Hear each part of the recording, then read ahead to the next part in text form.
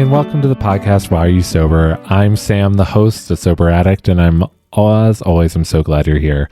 Why Are You Sober? It is a space, it is a podcast where sober addicts can come on to share their stories about their addiction, where it led them, how they got sober, why they are still sober today, and hopefully just spread some experience, strength, and hope out there for everybody. If you are a sober addict and would like to come on the podcast, I would love to have you. You can get in touch with me on my website, which is whyareyousober.org, and my email is sam@whyareyousober.org. And if you are just somebody who's looking for help, needs some resources, you can also get in touch with me. If you have questions or anything, please reach out. I would love to chat with you. You guys can also follow me on Facebook, Instagram, Twitter at whyareyousober. I hope everyone's doing well. I'm actually recording the opening on Ash Wednesday. So I hope everyone's doing well and looking forward to this Lenten season. So today I am so excited about this podcast. I got introduced to this wonderful woman named Katie. She is a part of the community here that I'm a part of in North Carolina. And her story of sobriety is quite unique, but really beautiful. And so I'm really excited about sharing it today. So I'm just going to get right to it. So let's just go with the serenity prayer.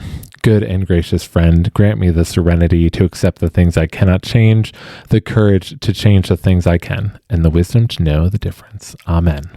Are you sober? Thank you. Yeah, thanks for coming. I'm really excited about this. I am happy to be here. You can call me Katie. Okay, Katie. Yeah. Wonderful. So, Katie, what is your addiction? Alcohol. Alcohol? Yeah. Is that your primary addiction? Yes. Ever go any farther than that, or has that been the primary? Yeah. Yes. Okay. Yeah.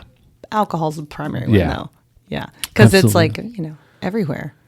Yeah. And how did that begin? Ooh. Probably in high school, just doing normal high school things. Yeah. Maybe what I considered normal high school things. I grew up here in Boone, so, not much to do sometimes. And just drinking. That's probably when I started drinking or over drinking. And it was never from that moment, it was never ooh, I'm going to have a beer. It was always full out. So from that moment forward, it was never a red flag for me though. Yeah. Even in high school and maybe early college, I never felt like I was abnormal in that. Yeah. Which is weird looking back on it. Yeah. Yeah.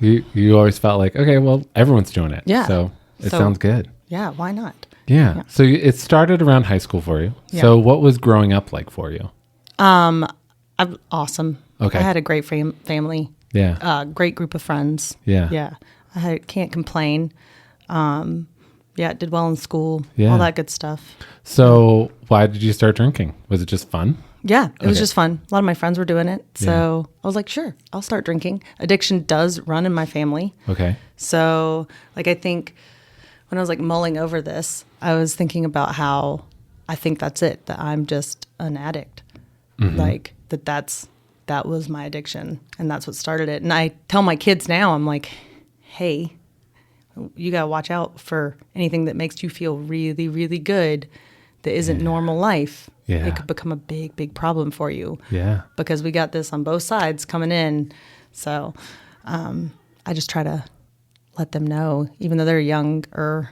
I guess Stella's 17. Yeah. So not as young as I imagine her. But. Yeah. So tell me about college then. How did that go? So with drinking in college, it just escalated. I think that with any addict or any kind of drinking problem, it just gets more and more out of control. It was a good way for me to escape any stress. And then, after any bad day or any good day, I'd have an excuse to drink. And then when I'm transferred from UNCG to UNC Asheville, and when I transferred to UNC Asheville, I love my roommates. But they did not go to college and they worked at bars. So it was a bad combination for me personally. Yeah. Yeah. And it just kind of escalated from that. So were you just still socially drinking, or were you drinking just because you wanted to, or were you now drinking for like specific purposes, like to numb things, or? So honestly, in college, I still felt like it was very social, but my two roommates definitely drank like every night. Yeah. So like we were drinking plenty. Regularly. Yeah. Every night. But it still felt like it was normal because I was around people. And I think that happens when you're drinking or not drinking. Yeah. You all of a sudden have this group of people that does kind of the same thing that you do.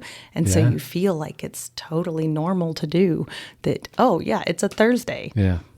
Why not? Thirsty Thursday. Let's go out. And we're Let's in our go. 20s. Like, yeah. this is what we do. This is what we're supposed to do. Okay. And yeah. Yeah, maybe not every 20-year-old does that. Yeah, so you were really just kind of like on the mindset of this, I'm just enjoying this. This is cool. You weren't really using it to like cope with anything, or like that you were like not dealing with, or. So yes. Okay. I do have post-traumatic stress disorder. Okay. And I do see a therapist for it. Mm-hmm. And something happened in high school. Okay. And that, in hindsight, was probably what I was doing, was just trying to like smother out what had happened. And so you weren't dealing with the trauma. Yeah, exactly. Yeah. And so that just like escalated, which makes sense. And then now that I'm sober and that I've, been in therapy for a long time, I feel better about that. I don't feel like the need to just pretend like it's not there. Yeah. My therapist always says it's like like you can pretend like trauma's not there, and then you like close the door and you can like duct tape it and put plastic all over it, but it still seeps The light is still seeping out of there. It's still coming. Yeah. So yeah, that was most likely what led to my over drinking in late high school and college. Like that's what precipitated it. Yeah. Yeah. Prior to that, I was drinking, but it wasn't like, it was like, every now and again. Yeah. And again, I have that genetic disposition. Yeah. And so you go through college. Did you graduate like on time regularly? Like, did you take as some people like to say, the scenic route? So I was on track to graduate, and then everything came crashing down because I wasn't dealing with trauma. Mm-hmm. And I like decided that, I don't know why people do this, but like decided that I was failing everything, and went and talked to my professors and was like, I'm just going to quit. I just need to take time off. And I went and talked to my professors, and they're like, you're not failing my class. Like, we're not going to let you quit. Like, I went to UNCA is a great school because it's small, and they knew me, and they were like, no, this is, when did I graduate college? 2005. So like, this was back, they were like, we'll email you and you can take time, but you need to give us stuff and we'll help you pass the classes. You're not going to drop out. Oh, wow. Which was amazing. Yeah. It was amazing that I had those professors. Like, I love them so much for doing that. Come to find out, like, we'll say like 3 weeks later, I found out I was pregnant with my first child. So, and she was life-changing. Okay. It was obviously, which was great. But yes, I took the scenic route because of that. It's funny because when I tell people, I'm like, oh, and then I had Stella, so I took a semester off. But really, I was going to take a semester off. Anyway. And I really didn't take a semester off. I just ended up doing like what now we would call like virtual learning. Yeah.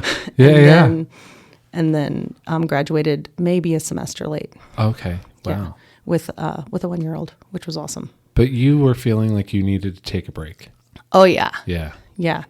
I had a very similar experience in and it was after my junior year, and I was just like, I need a break. I can't do this. And I actually deferred, but I just didn't tell my parents I deferred. Yeah. And so I mean, I caused a whole mess in that, and then I ended up just going back and finishing. But I really there was a point where I was like, I needed a break, and it wasn't given to me. And I don't know, I can go off and think about all the trauma that caused, but So that's really fascinating to me that you're having a very similar experience. Yeah. It was right around that time. I think it was like, I was 2 semesters out from graduating. Yeah. And I was just like, I need a break. I remember calling my dad and being like, I think I'm going to take next semester off. And he was like, don't do it. don't do it. You Yeah. might never go back. Yep. And that's everything my parents were saying. I'd Yep. say, yeah. Like, And I was you're just not like- going to go back. And I was like, yeah, I will. I just, I will. yeah. Maybe. Yeah. Yeah. Like, I don't even know if I want to do this. Yeah. What if I don't like what I'm doing? Yeah. So you graduate college. Yeah. And now where does life take you, and where does your addiction go? So I graduate and I have Stella. And the day that I graduated college was the day that she turned a year old, which was really cool. Yeah. And I was super proud of myself. And I ended up moving back to Boone because I'd fallen in love.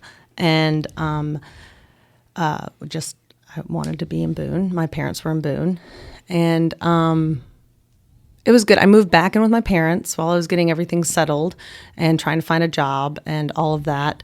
And drinking wise, like escalating because it wasn't social anymore, right? Like it wasn't like I was a mom now, right? Yeah. I was not going out and partying, Yeah. but I was still drinking. Yeah. Like, which is super shameful for me, right? Like, and these days we hear a lot about guilt and shame, and like that's a definite cycle that would get me Oh yeah. going on. And so fast forwarding a little, my kids are 4 and 5 years apart. So the drinking just like escalated throughout motherhood and my career. And just, it almost became like,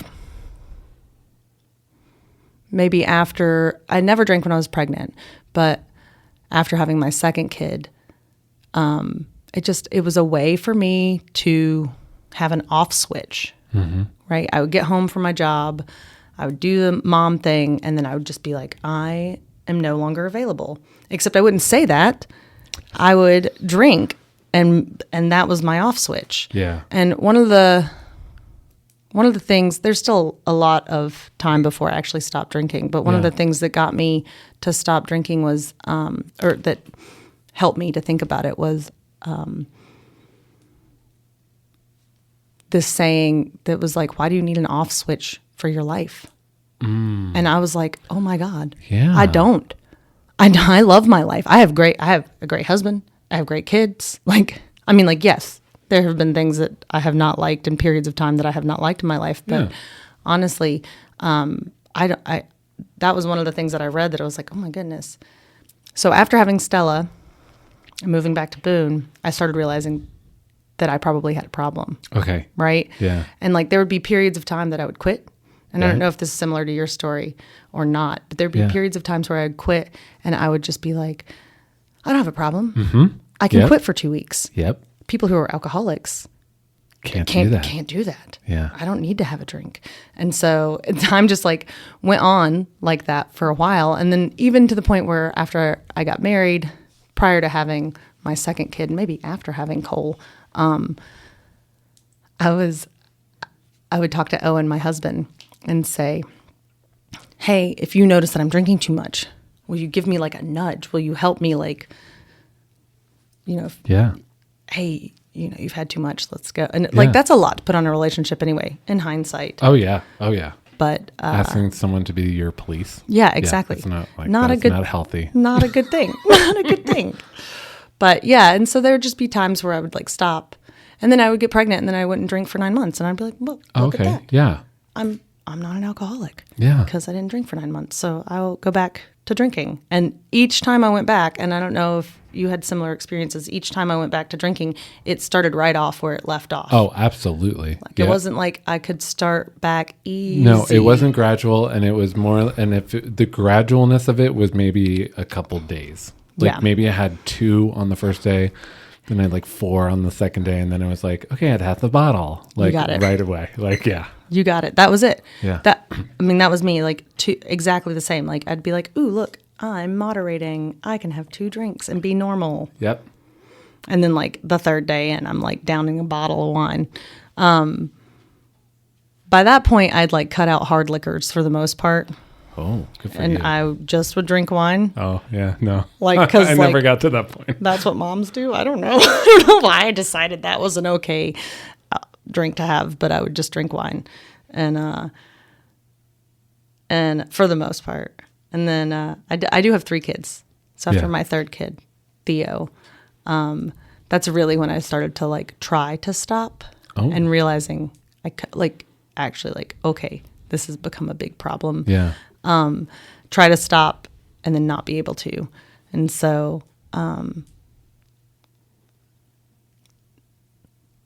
it was just like one of those realizations where I'm like, oh my gosh, I don't have any control over this. Yeah. And I can't stop this. And then if I do stop, there's this like little weird addict part of my brain that's like, you're fine. Yeah. You can keep drinking. Yeah. Oh God, I hate that. I hate that voice. Yeah. And I'm like, so I had to learn early on not early on, but like when I was trying to just be like, shut up. I cannot drink. Yeah. I can't do it. Yeah. And I had lots of what you'd call like what people would call relapses, where I'd quit and then relapse and then quit. Yeah. And each time it got worse and worse. And at the end, there were like a couple really embarrassing moments.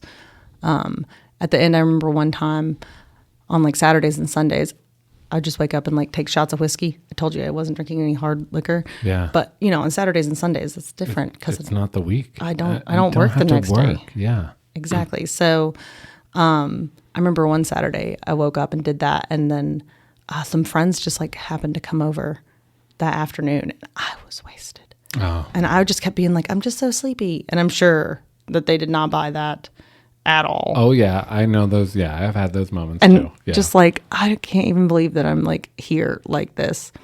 But yeah, it got to the point I wouldn't drive.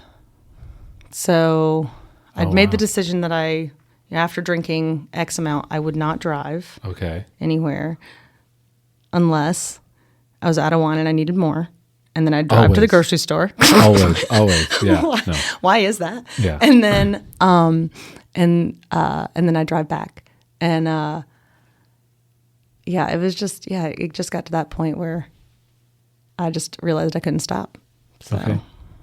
And so how is it affecting your life? How is it affecting your family? How is it affecting work? So I had a really stressful, it wouldn't sound stressful if I described it to you, but I had a really stressful job. Okay. And I ended up quitting that job. And I always wonder if like I hadn't been drinking, would it have been that stressful of a job? So I don't know if it would have been, but I quit and I ended up working at a toy store, which was really low stress and extremely boring. Also not great for drinking because you're just bored and you don't have anything to do. Yeah.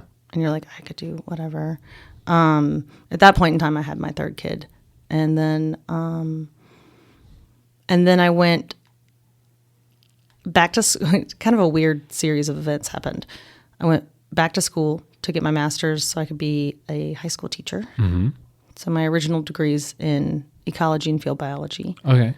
And then I went back to school to be a high school teacher to get my master's certification, which is like halfway to a master's degree. Yeah. And then I got a job like 2 weeks after I started school. Awesome. As a high school science teacher, which was great. Yeah. Awesome job. Also super stressful. So during all of this, I kept drinking, right? And I managed to graduate, which is great. Great news. I managed to keep my job, but it was awful. It was like I like school and I like teaching a lot, but I did not like that time of my life. I worked an hour away, so I would still wake up at like 5:30 in the morning, but I would drink all night until I passed out.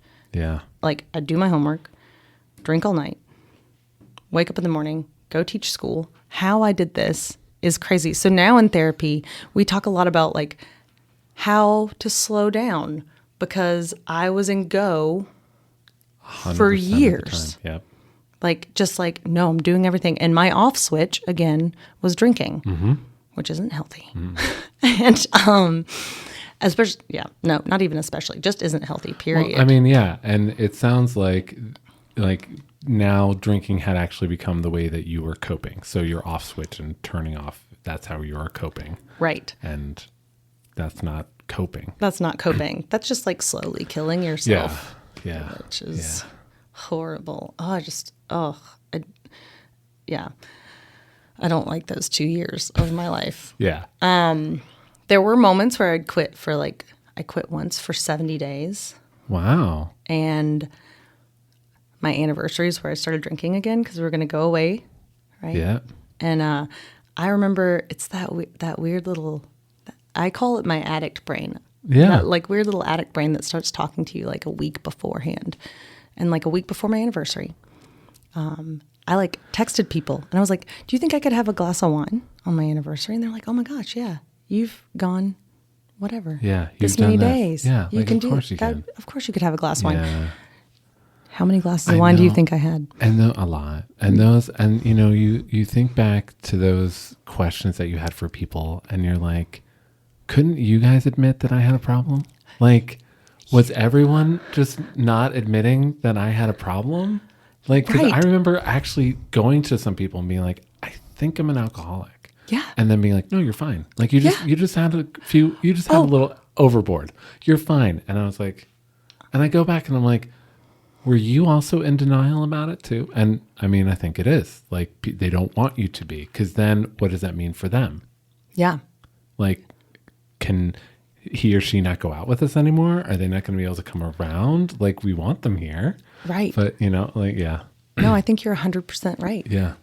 Because I remember telling people and having the same conversations and being like, I think I'm drinking too much. And they're like, you're fine. You just overindulged. And in hindsight, I'm like, but you didn't see me every night. Yeah. You didn't see me overindulge the night before that. And Yeah. the night before that. Yeah. And last weekend. But and my little addict brain was like, oh, no, believe them. You were fine. You can drink. Yeah. I cannot. No. At all. Yeah. But so yeah, I went. What did I say? I went a couple months without drinking, Yeah. And then you started on your anniversary, 7 glasses of wine at least. Yeah. And then that started, and I want to say 2 years of stopping and starting, and it just escalated to drinking almost every night. Yeah. I did well if I didn't drink one night a week, and in that time period, I moved from Caldwell to Watauga High School teaching, and taught a new subject. And I blame lots of things on getting sober, but teaching at Watauga is one of the things I blame, because I started realizing that if I didn't stop drinking, I wouldn't be able to continue teaching. Right? I was ready to quit my job, and it was a great job. The kids at Watauga, great kids, right? I love teaching at Watauga. Great science, tons of support. Great science team over there, and I was ready to quit. I was waking up every morning and throwing up. Owen thought that I was definitely going to be quitting my job, and it was kind of I live in this community. I see these people out. Yep. I know these families. Yep. And it put a lot of things in perspective for me. Through all this, I have to give a shout out to my husband. He just loved me. And he told me that I was worthy. And he told me that I was great and that I was a good person, regardless of if I was drinking or not.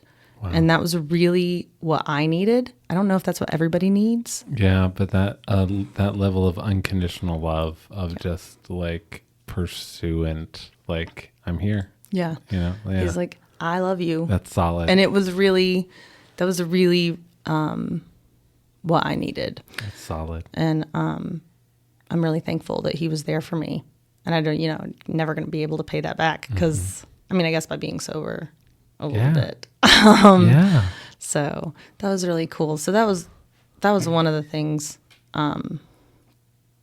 was transferring to a community working in a community that I lived in was really helpful to helping me realize I needed to become sober and stay sober. Yeah. So, and then obviously my kids are another reason that I got sober. Yeah.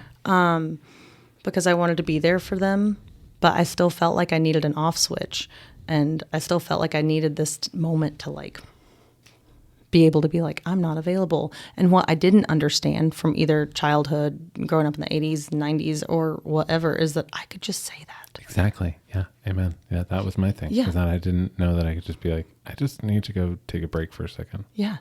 And I didn't feel like I was ever allowed to. Yeah, me neither. Ever. Yeah. Never. And I was just like, and it's so amazing to just be like, hey, bud, I'm having a terrible night. Yeah. And I just need to go lay down for like an hour. Or my thing is, I'm like, I just need to go for a walk. Yeah. Like, I just need to go for a walk. And I mean, when I walk, I like power walk. I'm like 13.5 minute miles. Like, I'm like, but it's like getting it all out. I'm Yep. just like, yeah. Yep. So how did you get sober? So now you're teaching at high school. You're realizing I got to do this. Then what was the final thing? Like, what got you there or wherever? Goodness.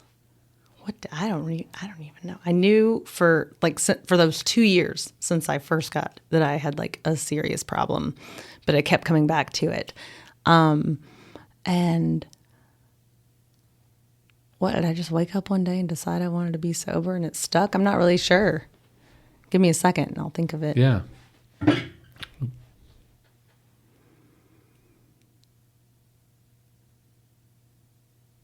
No, I just like started following a bunch of people on Instagram. I'm not even kidding. Okay. Okay. Great. I did go to an all addictions meeting. Okay. And it terrified the shit out of me. Yep. They were like 100 meetings in 100 days, and I left that meeting and bought a box of wine and drank most of it. I was like, no, I can't do that. That's not me. I'm not these people. Yeah. Which is terrible. Terribly judgmental of me because they're by the grace of God. I mean, like, honestly. Yeah, absolutely. But like before it actually stuck, and I went to meetings before I got my DUI that I just like went in at one point and I was like, okay, I'm out of here. Like, this is not for me. And then I don't know what changed. I mean, besides just getting my DUI and realizing like I just have to do this now.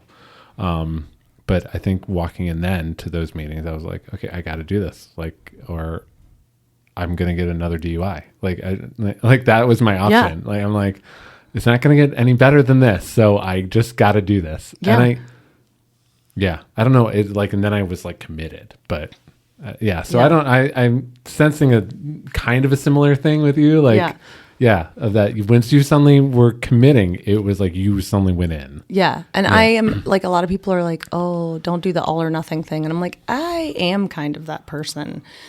And I know that doesn't work for everybody. But I got sober for like 3 weeks and then we had a snow day and then I drank for like 3 days and it was a big snow. and then I woke up and I was like, I cannot do this. And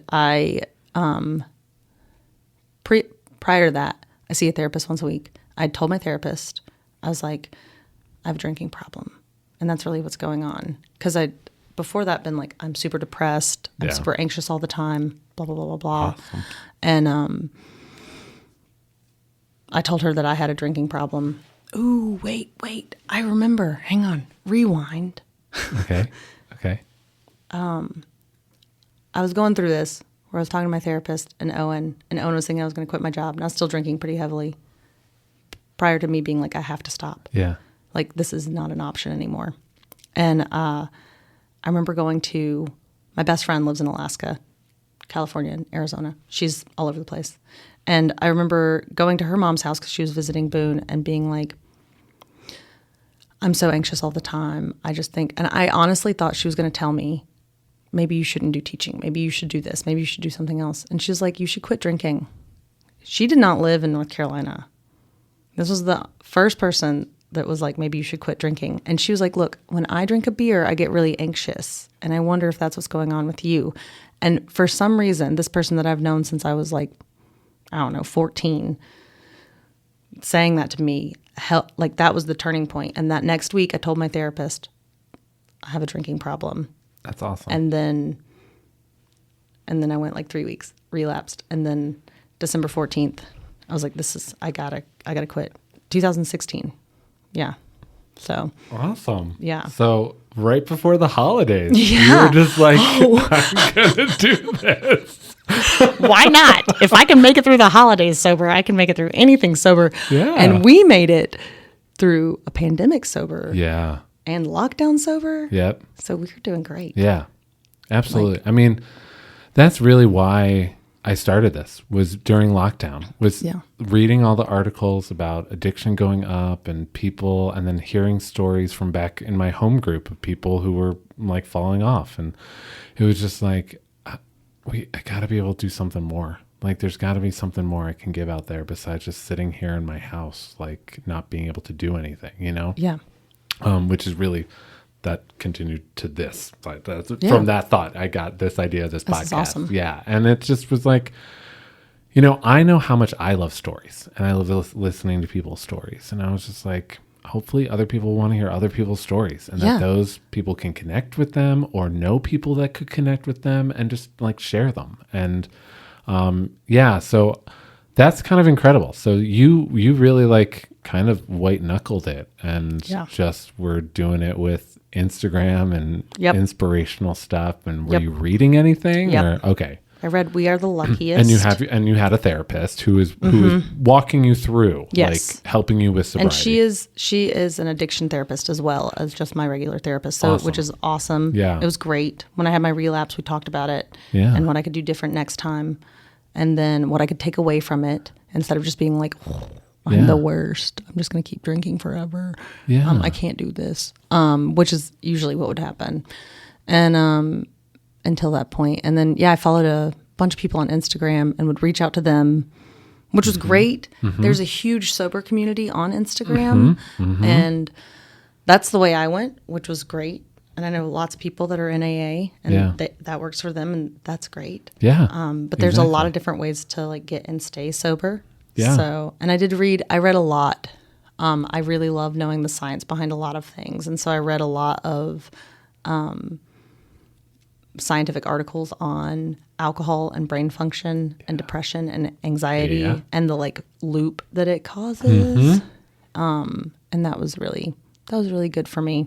And anytime I would be like, oh, maybe I could drink, I would like pull up one of those articles, or I would look back, and this is super vain, I would look back at pictures of myself and like take a selfie of myself then and be like, look at how much more filled with life I am. Look at how much more I'm enjoying everything. I remember walking out like one of the first, I mean, I know it was in the middle of the December. I used to just like on like nicer days, go out barefoot.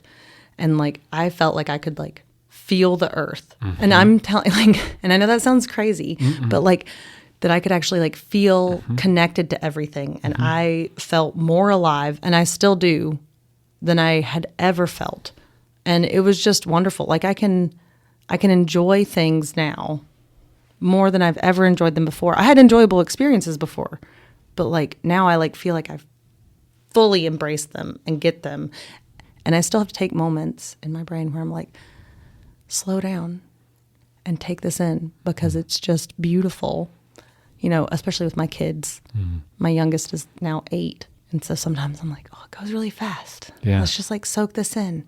Yeah. Or like my middle son telling me something about video games or his day at school, and I'm like trying to do the dishes, and I'm like, stop. I'm just going to turn around and listen, because, you know, it goes really fast. Yeah. Just moments like that are really just something I can enjoy, where the moments might have happened if I was drinking, but I definitely wouldn't be enjoying them. Or even aware that they were happening. Yeah. And my day when I was drinking was filled with just thoughts of how I was going to drink that night. If I was going to go out with friends, or if we were going to go do something, or if I was going to make some like mulled wine, which would be really exciting. And people who make mulled wine don't have a drinking problem. I don't know. I don't know why I would like make these like cool things, or I'd just be like, ooh, we could do this. My head was like fuller of that nonsense. Yeah. And now I have more space to like take in these really cool moments that happen with my family and at school and on a run or whatever. It's just really nice to like be present. So it sounds like that's why you're sober. Oh yeah. That's awesome. Absolutely. Just being able to like feel alive instead of just being alive. There's a difference. Feeling alive rather than being alive. Yeah. Yeah. There's a big difference. Yeah. You know, it's like between being selfish and being self-centered. Yeah. I'm like, it's really good to be self-centered. Like, to center yourself, to be aware of all of your surrounding and people, that's really good. Being selfish, that's terrible. Like, yeah. you know? Absolutely. And that's the thing I think about with my own recovery is moving from being selfish into being self-centered. Yeah. And being like, okay, I need to take care of myself so then I can take care of other people and I can interact with other people because I've cared for myself. Right. And I'm okay. Exactly. Yeah. I am definitely a like all or nothing person also. I think most addicts are. But like, you know, I had a brain hemorrhage a couple of years ago and learned I had this rare brain disease and then had to have 2 brain surgeries. And they were like, no more coffee, which, you know, for a sober addict is like, we're going to take all of the blood out of your body. Yeah. I'm sorry. And it was like, okay, no more coffee and no more, you know, but I was sitting there thinking like, I mean, at that point I was only maybe like 4.5 years sober, but I was like, thank God I'm sober and going through this experience. Yeah. And so when my doctor was like, no more coffee, I was like, okay, you tell me that, then that's fine. Got it. Nothing. I can do that. Like no caffeine at all. Done. Total. It's out. Yeah. Yeah. So I get that. I get that. And I think I probably had a similar thing when I was going to meetings of just like, once I walked in, I was just like, okay, this is over now. Like now it's done. Yeah. So this is it. Yeah. No going back. And anytime my brain's like, ooh, I'm like, no. Mm-mm. And it's either playing it forward and being like, I know exactly where this leads. Playing the record. Yep. Just turn the record on and watch it and go, that's what's going to happen. That's what's going to happen. Yep. It's not going to be any different. Yeah. And I like who I am now, which is really nice. Like if you talked to me 4 years ago, I did not like who I was. Even though, you know, my husband was like, oh, you're a great person. Yeah. And I love you and you're great and you're an awesome mom. I didn't like myself. And I really like myself. He sounds like now. an eternal optimist. That's so funny. Because it's not true. No. But with you, it was true. True. Our joke is that his blood type is B positive. I'm like, it's just coursing through your veins, Owen. B positive. But he was always positive with me. Oh. I think that he always just knew that I would do what I needed to do. Yeah. To be who I needed to be. What a gift. Yeah. I mean, what a gift. Like especially even with your therapist and how great it was that you were seeing them and then you finally were honest and, you know, finally just like, hey, this is what's going on. And they were like, okay, now everything's I can figure clicking. it out. Now we can do this. Now we can actually like. And I bet in her brain she's going, I told you so. Like, yeah, exactly. She's like, I knew it, but she didn't say that to me, thank goodness, because I'd have been like, oh, what? Yeah. So, and then that friend that's still a great friend of mine. I did also manage, after having that talk with my therapist, to call all of my very good friends and be like, hey, I'm an alcoholic and I'm trying to quit and I need accountability and support and I need you to check on me, which is amazing. And they do. Yeah. And they still do. And that's awesome. And you know how like people gravitate, like we were talking about earlier, where like you kind of surround yourselves with people that are drinking like you're drinking. Yeah. And then you're not drinking. And like you surround yourselves, like a lot of my friends who still drink will like not drink or drink one. And not in an awkward way. Yeah. Just in a really wonderful, supportive way. Yeah. And it's just really nice. So to have those people in my life that are just awesomely supportive all around. It's all about community. Yeah. It really is. Yeah, it is. And when we're in our addictions, we are isolating. Yes. Even when there are 100 people around, you're still isolating. Yeah. And it's all like, okay, yeah, this all makes sense. Right. Like, I'm so glad I finally figured this out. I wish I'd figured it out a long time ago. Right. So. Exactly. Yeah. Like I thought I was being social. And like, that's one of the other things is just like, alcohol lies to you. Like it just like alcohol, the drug lies to you. And then alcohol companies lie to you. Yeah. Just by being like, no, you need this to be social and talkative. And, I can't remember who I was talking to, and they were like, "Oh, I think I'm going to quit, but I'm worried about going out, and I'm worried about this." And I'm like, I still dance on tables. Like I am still me. I am still talkative without alcohol. Hey, for my anniversary, we went to the Panic at the Disco concert down in Raleigh, I think it was, and had VIP tickets. So the VIP bar was right there. I had the best time. Yeah. I didn't it was awesome. Yeah. You know, it doesn't matter. And that's what's so great. Right. And then you remember all of it. And then you don't have to Oh my gosh, call people the next day. We had the most amazing time. Yeah. And be like, what did I do? And I'm very grateful because my husband doesn't drink. And that's just his choice. Like, he chose that before we got together. And I'm just like, he not an addict. He just was like, I just don't want it anymore. Yeah. And I'm like, that is really good for you. I'm glad you were able to make that decision. Yes. Because I wasn't. You. It took a lot of convincing. So, but but going through a pandemic with a partner who doesn't drink is like so much easier. Yeah. When you're in lockdown. Yeah. Than somebody who probably does, Yeah. It's like, So. Yeah, a lot. We bought 2 fridges. I mean, like, I bought a mini fridge for my husband because he still drinks. And I'm just like, you keep all your stuff down here. Yeah. And then occasionally it'll dawn on people when I'm like, I can't even remember what the scenario was. And I was like, well, somebody left a bottle of vodka in the garage and it's on this shelf. And there's also one under the desk. Yeah. Because, like, my husband has D&D. I leave. Yeah. And whatever. They'll bring over alcohol. I'm not there. It's not a big deal for me. And Owen just kind of like looks at me and I'm like, I'm an alcoholic. Like, I don't think you understand how my brain works. Yeah. It's not a normal brain. It's not a normal brain. I know. Yeah. I know. So I wish it was a normal brain, but I'm also really glad to be sober. So maybe I don't wish it was a normal brain. Mm-hmm. I'm pretty happy with my brain. Amen. Yeah. Amen.